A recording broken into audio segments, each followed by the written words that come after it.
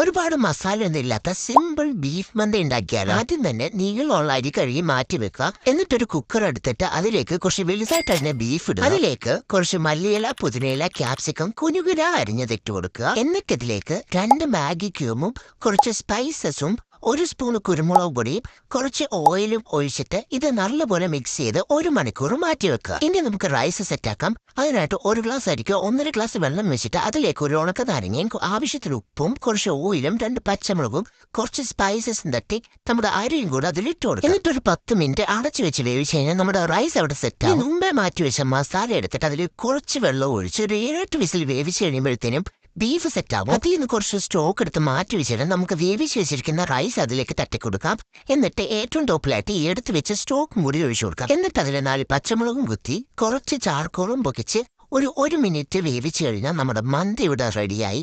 അപ്പോൾ എല്ലാവരും ട്രൈ ചെയ്ത് നോക്കിയിട്ട് അഭിപ്രായങ്ങൾ രേഖപ്പെടുത്തുക.